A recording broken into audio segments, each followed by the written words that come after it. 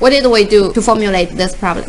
We made a table, and the purpose is to just to do some analysis to see, okay, what are the cash inflows, what are the cash outflows, and what this problem is really about. Okay, and when we implement it in Solver, the same thing, we're going to create that table first to represent the inflows and the outflows. Okay, so what we're going to do would be, well, I'm not going to use this table yet. Maybe we'll use it, maybe we'll not. It's just some given information. Okay, but I'll just put a table represent exactly what we analyzed. Okay, so we'll have of cash inflows. Okay, and the cash inflows include all the returns we get from A, B, C, D, right? So we'll just put A, B, C, and D. And we differentiated the, we had the two columns here. One represents the beginning of month, one is ending of the month, just to make it clear. Okay, so here I will say like, okay, months, months. Here I'll say beginning.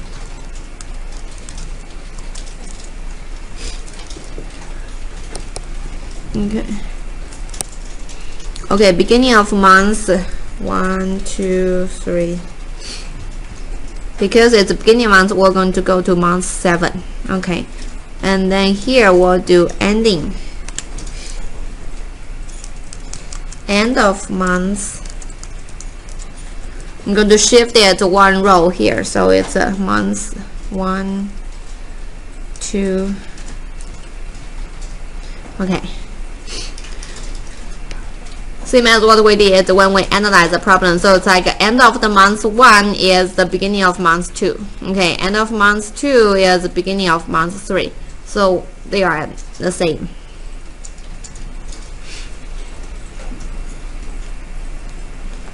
That's my cash inflows.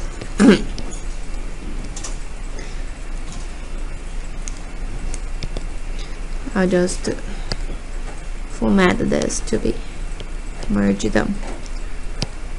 Okay, then we'll have cash outflows.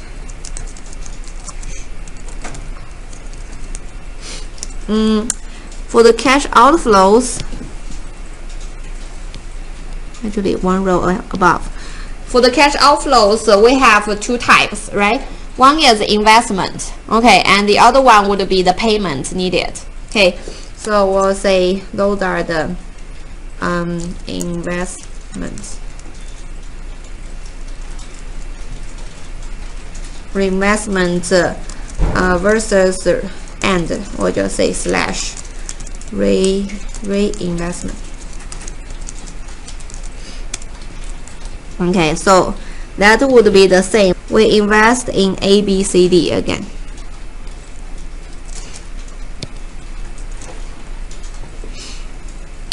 Okay, so let me enlarge this. Okay, better.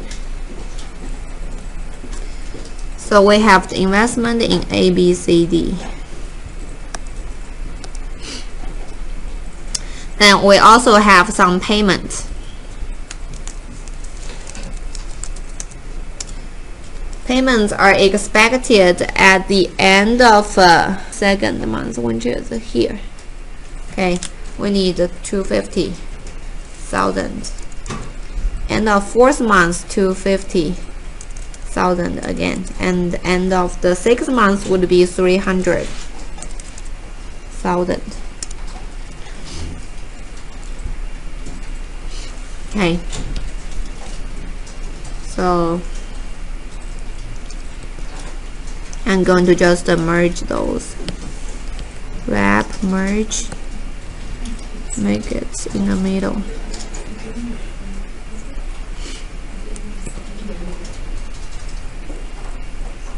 Wrap, merge.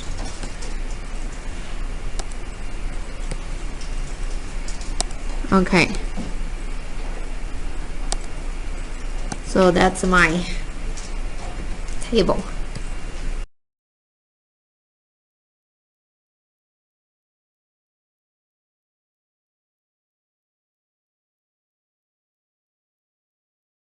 Okay, so once we have those frame, then we'll start to fill it. Okay.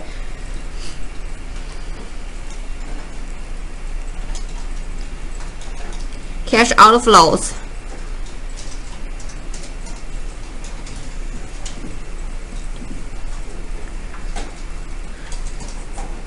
So first thing we know is that at the beginning of month 1, we can invest the A, B, and the C, D, right? So we have the A1, B1, C1, D1. Okay, so first I'll highlight those ones.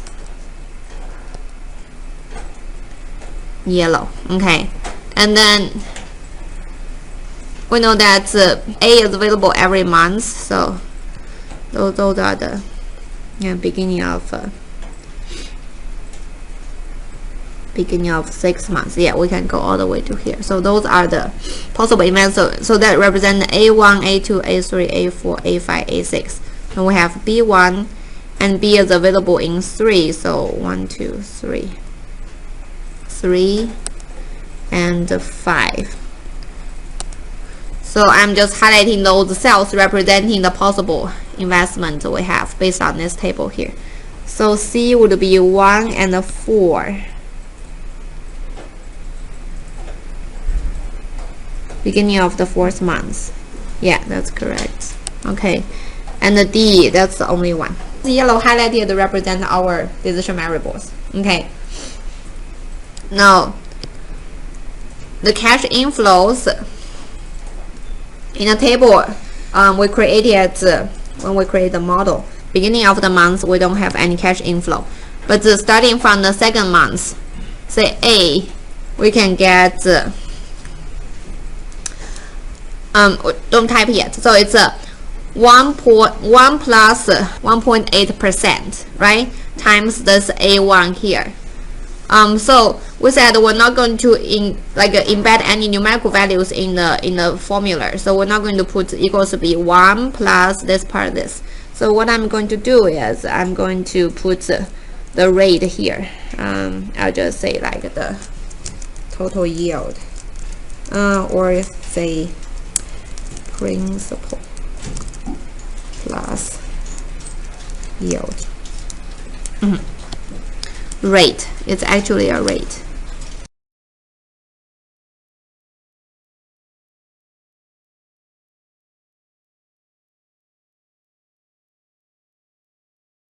I'm going to put, because I want the rate related to A to be right here. Okay, and B here. So it's kind of like a transpose. So I'm going to first copy this yield rate here. So you can copy and then here under it. Okay, copy and then right click and click this one that represents the transpose. So it will copy it in this format. So in this way, in the column, it will transpose it to the row. Show that again. Okay. So highlight this one. Just click Ctrl C, copy, and then click the first cell that you want to copy it. Right click that cell. Click this one here. Set transpose. Okay, transpose, and then you copy. And here the principal plus yield rate, or just say it's equals to be 1 plus here, and just copy and copy them all through. So this is the yield rate. Okay.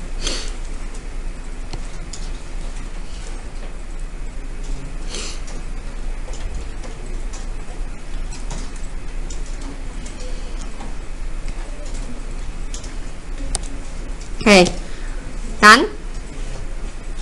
Okay, we start to get the yield, cash inflow from the 2nd month. Okay, so this A equals to be, so this second row of the A equals to be the yield rate times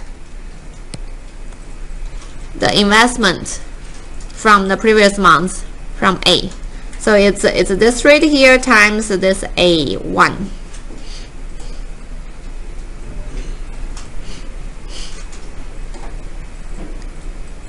Okay, and later we want to copy it. And when we copy the cell, we do want this investment, those determinable rows to shift, but I don't want this yield rate to shift. So I'm just going to put the $sign before its row number. So I put the $sign before the row number of this this rate here. Okay, then we'll just copy this all the way down. Click the last one to see if it's correct. Okay, so it's this one times this one. That's correct.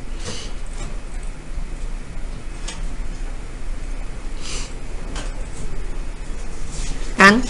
Okay, then we can do B. So B matures. The months that we can have a reinvestment is the months that will also get the yield and the principal back. So basically we have highlighted the row here for the B, right? And then we can just start here from here. Okay, so we get another principal plus yield is this one times the previous B. Okay, and you want to fix this rate again. Fix this row number here. Okay, and I'll just copy it. Copy it to the next one here and here.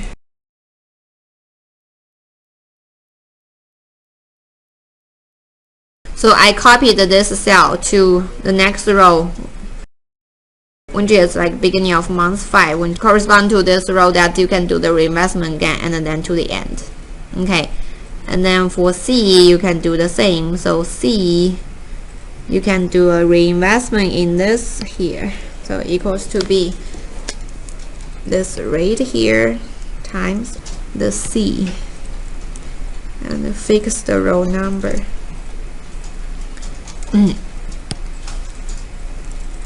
Copy it here. Then for D would be just the rate equals to the rate times the first D. And for D you get just the one, get the yield one time.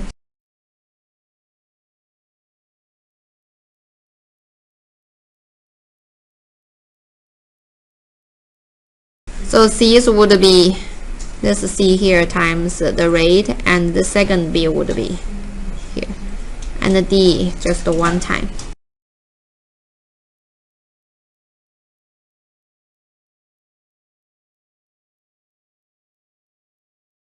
Then remember that when we had this table, the decision variables are those ones, and the objective function is to minimize the total out-of-pocket money, which would be the sum of these ones. Okay, so let's just find a place to see here. Here I'll just say the net cash flow. Okay, so the first row is the sum of those ones.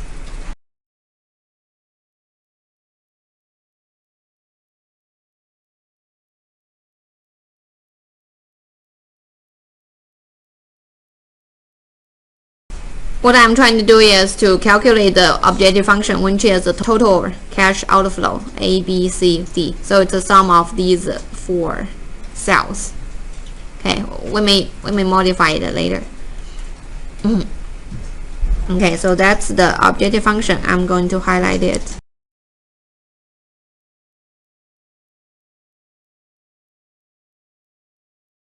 Then for the constraint, what we said would be in each month, the cash inflows need to be equal to the cash outflow, or cash inflows need to be greater than equal to cash outflow.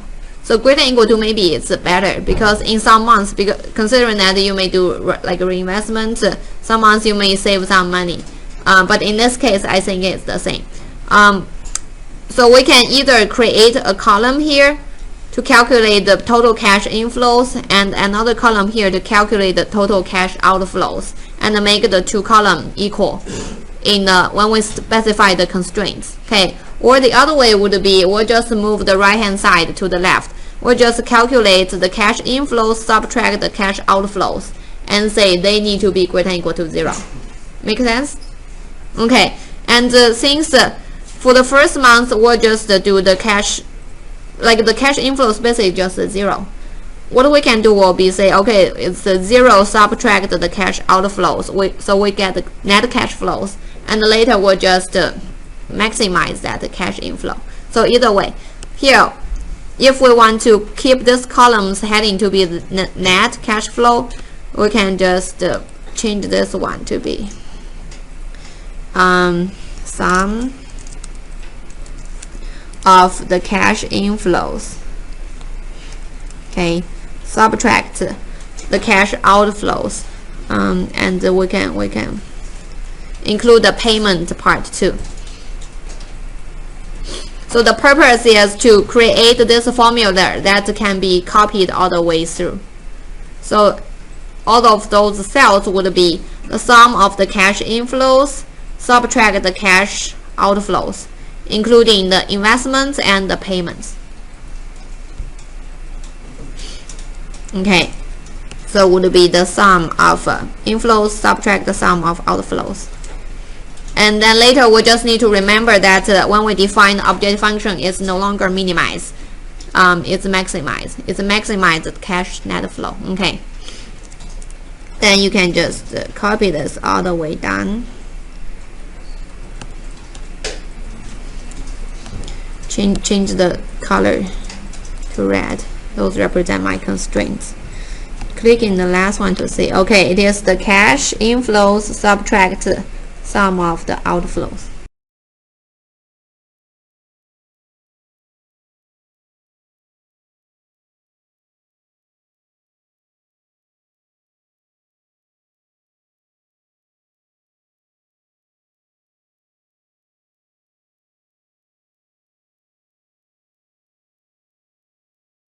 Okay, and then I know this is the object function. Just want to highlight all of them so I can put the borders on them. Okay, first I just summed those ones because when I try to say, okay, those are the objective function, but later when I say, okay, let's just define this formula in a way that we can copy it all through. Okay, and it's 0 here, so it really doesn't matter. Okay, so that's the purpose. I just want to create this formula that can apply all the way down. But the other way works too. Like if you just want to put here just the sum of these 4, and later we'll just minimize this part. Okay, but when we put, okay, it equals to be the inflow subtract outflow, later we'll just remember we have to maximize it. Okay, so it's kind of maximize the negative value. Okay. So let's go to solver. And before you define the decision variables, something to think about. So in this table, we only highlighted those yellow ones. Okay, I'll show you. So one way to do that, so I'll click on the variables. One way to do that would be, okay, you click those ones, comma, those ones, comma, this one,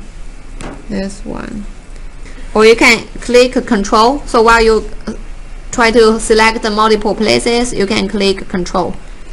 Okay, then multiple places will be selected. So that's one way to define the decision variables in this case. Okay, because those cells are not all together, so we can't select the entire block. But if we want to select to save some work, my question is, can we just select the entire block, make them the changing variables?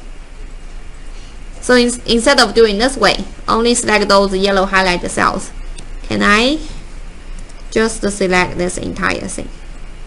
Do you think that will affect the result? No? Yes? Okay, so to answer that question, think about whether those cells are ever used. Those cells are just blank here and they are never used. For example, all of those cells that contains formulas, they only use those yellow shaded ones. Okay, so all those non-shaded cells, they're just blank there and it's not used anywhere in our model, which means they will remain to be 0 when we have a result. Okay, so that's just something to think about when we create models. Is there a better way? One way would be, okay, if in this case there's a better way to put those changing variables together, then let's save us some time and effort to individually select them. But other way, in this case, we can just select this entire table because those blank ones won't change the result at all. Okay, so we can try. I'll just say, okay, those are the changing variables. I'll click OK. Objective is cash flow. And we said since we make it like the 0 subtract A1 subtract B1 subtract C1 subtract B1. So instead of doing minimization, we'll do maximization. Okay, so we'll maximize it. But if your formula here for this object function is A1 plus B1 plus C1 plus D1, then you want to minimize it. Okay, so now we'll maximize. And then the constraints would be all of these ones, or the yellow, the red shaded ones need to be greater than equal to 0. I was saying inflows need to be greater than equal to outflows in any given month.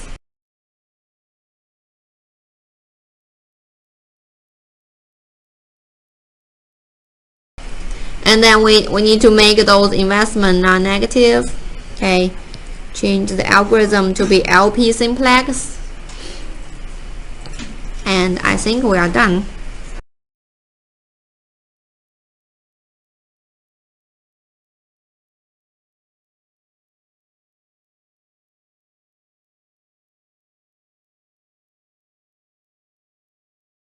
Okay, so you can see even though we select those blank ones, they just turn to be 0. Okay, they are not used anywhere in this model, so they won't have any values.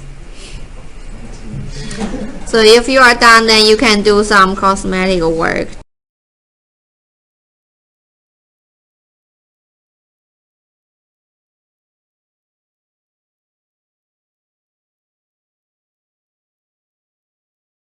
Okay, so I'll leave this here and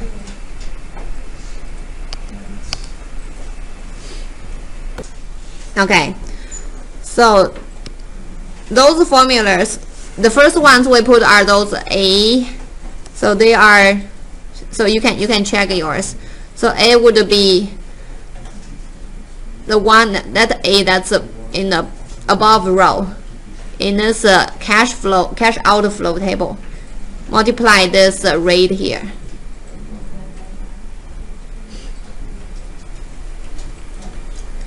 So it's this A times this rate here, and you fix this rate. Okay, and the rest of them are the same. So it's like it's the one in the previous row for A payment multiply this yield rate. So check this part, is that correct?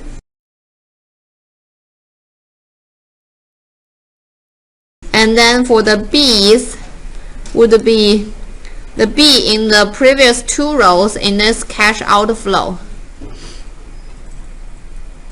for B payment. Okay, times this yield rate plus principal rate here.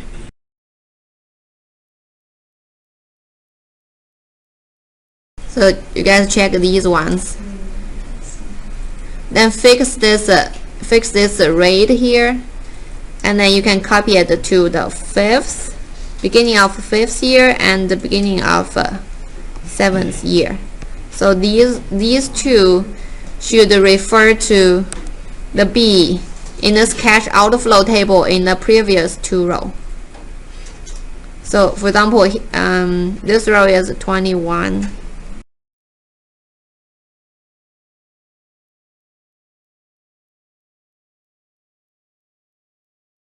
This one is in 21 and it refers to the 19th row for the B part times the rate here. Okay, check those ones, correct? And then for the C's would be the C in the first, like the 3 rows. Is that the 3? 1, 2, 3. Yeah, 3 rows above in the investment table for the C. Multiply this C rate here. Okay, and then the next C would be again the C in the cash outflow table, 2 rows above. Multiply the rate here. Then D would be just the rate multiply the D cell in your cash outflow table. So that's the first thing you need to. This part may be easy to get confused, so you need to refer to 1 row or 2 row or 3 rows above it to represent it's a return from that time. Okay, then that's the formula, the only formula that we put in this table here. And then the next thing would be this column here. So it's the sum. I suppose if you have something wrong, probably it's like you referred to, like formulas here may be wrong, because this is pretty clear. It's the sum of the cash inflows subtract the sum of cash outflows. Cash outflows, there are 5 cells you need to include, including the payment cell. So that's the formula we use for this entire column here.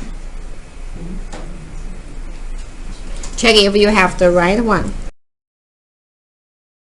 If you do, decision variables is this entire. Decision variable, don't include all the payments, just A, B, C, D. This table here. So that's the solver.